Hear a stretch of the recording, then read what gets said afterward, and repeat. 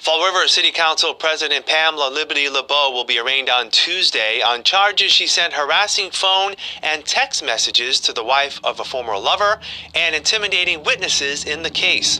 The charges were filed by Westport Police, who investigated a complaint by a couple who had been receiving harassing and annoying calls and text messages. Police were able to trace the messages to Laliberte-Lebeau's phone. Attorney Steve Sabre of Sabre Law says the harassment charges are misdemeanors, while the witness intimidation charges are felonies. Witness intimidation, that statute it's a felony because it provides for a state prison term. So the maximum sentence for a conviction for that charge is 10 years in state prison, but there's an alternative of 2.5 years in the House of Correction, and there's fines as well. So the important thing to know about that is that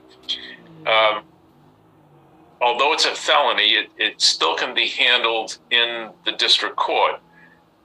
We know that the difference between misdemeanor and felony is misdemeanor means that the maximum sentence is a House of Correction sentence as opposed to state prison. If a charge has a state prison possible sentence, then it's a felony. Attorney Sabre says only Ms. Laliberte-Lebeau can decide whether her alleged actions merit her stepping down as city council president or resigning from the council itself.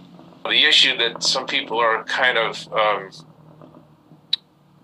holding on to or pointing to is the fact that, according to what I read, it seems like she's admitted to all the things that were in the police report. According to the police officer that wrote the report, he said there was admissions and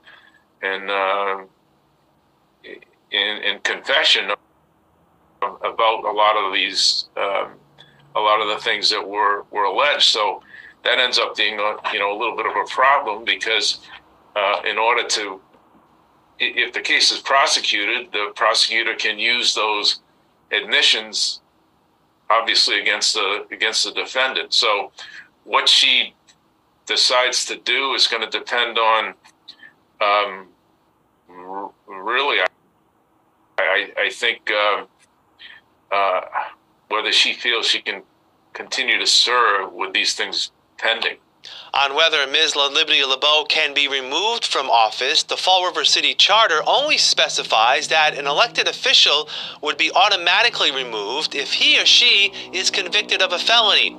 That is currently not the case thus far for Ms. Laliberte-Lebeau. Mayor Paul Coogan says he has not spoken with the councilor since she has been charged. He does say that thus far this year, he has seen greater cooperation in general between his office and the council. I will acknowledge that things are definitely going much smoother right now. It seems like the council is working together as a group and moving things along. We do talk to them regularly. We meet with them. We keep them informed, and we do the best we can to make sure we don't spring too many surprises on them. That's not the way you build a team. The council seems like they have some agendas of their own, which we support them on, whether it's their county ARPA money or some things they want to see done in the city. So we work together to come up with a plan. It's obviously a time in Fall River where there is a little bit of money floating around that allows you to do things, so it makes things work a lot smoother, whether it's streets, sidewalks, parks, so we can all pull together to make Fall River more livable. And again, their cooperation is key to keeping things going in the right direction. The mayor goes on to say that a good portion of the credit goes to members of his administration. When you look at the people we brought in, whether it's finance, whether it's the ARPA coordinator, whether it's Seth Aiken, city administrator, these people are all learning the job and learning the way Fall River, does things, and trying to make improvements where needed and following the traditional path at other times. But that is how you build a team. You allow people to talk to each other. You allow people to have ideas and to share them, and that's what we're doing. And again, I think things are moving much smoother. I think having a city administrator definitely is a big help, and we're going to work our way through it. And as people routinely say to me, things in Fall River look pretty good right now. There's a lot going on between streets, sidewalks, parks, our schools. So we're going to keep pushing forward and try to get